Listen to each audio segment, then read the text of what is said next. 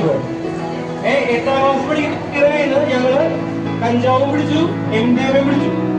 ഒരു കുട്ടിയെ കാണുമ്പോ നമുക്കത് വിശ്വസിക്കാൻ പറ്റുമോ? നമുക്ക് അതിനു വേണ്ടി മാത്രമാണ് ഏൽപ്പിച്ചിട്ടുള്ളത്. അപ്പൊ നിസ്സാരാണോ? നമ്മൾ വിചാരിക്കുന്ന പോലെയാണോ? നമ്മുടെ നാട്ടിൽ കുട്ടികളിലേക്ക് വലിയ രീതിയിൽ ലഹരി എത്തിപ്പെടുന്നുണ്ട്. അപ്പൊ എന്റെ മക്കളറിയണം എങ്ങനെയാണ് മുന്നിലേക്ക് എത്തുന്നത്. ഒന്നാമത്തെ വശം. രണ്ടാമത്തെ കാര്യം, എന്താണ് ലഹരി എന്നുള്ള കാര്യങ്ങൾ ഞാൻ നിങ്ങളെടുത്ത് ലഹരി പൊട്ടയാന്ന് മാത്രം പറഞ്ഞു പോയി. നമ്മൾ അറിഞ്ഞിട്ടല്ലേ നമ്മളിലേക്ക് എത്തുന്നത് അല്ലേ? അപ്പൊ നമ്മളിലേക്ക് അത് എത്തുമ്പോ അതെന്താണെന്നുള്ളത് നിങ്ങൾ അറിയണം. അതിനുശേഷം നിങ്ങൾ അത് ഉപയോഗിച്ചതിന് ശേഷം നിങ്ങൾക്ക് എന്തൊക്കെ മാറ്റങ്ങൾ ഉണ്ടാകുന്നതും നിങ്ങൾ അറിഞ്ഞിരിക്കണം. വേണ്ട നിങ്ങൾക്ക് അറിയണം. നിങ്ങൾക്ക് ഉറപ്പാണോ? അപ്പൊ അതും വന്നു. ഇനി നമുക്ക് അതിനെ ഇതിനെ എന്ത് ചെയ്യാൻ പറ്റും അറിയണ്ടേ? ഈ 3 കാര്യങ്ങളാണ് ഞാൻ നിങ്ങൾക്ക് പറഞ്ഞുതരാൻ ഉദ്ദേശിക്കുന്നത്. അപ്പൊ ആദ്യത്തെ ഒരു കാര്യം നമ്മൾ പറഞ്ഞു, നമ്മൾ ലഹരി ഉപയോഗിക്കുന്നത്. ഇപ്പൊ അച്ഛനമ്മയോട് പരാതി പറയുമ്പോ ഒരു അധ്യാപകൻ അച്ഛനമ്മയോട് പരാതി പറയുമ്പോ അച്ഛനമ്മയുടെ അധ്യാപകൻ എന്താ പറയുന്നത്?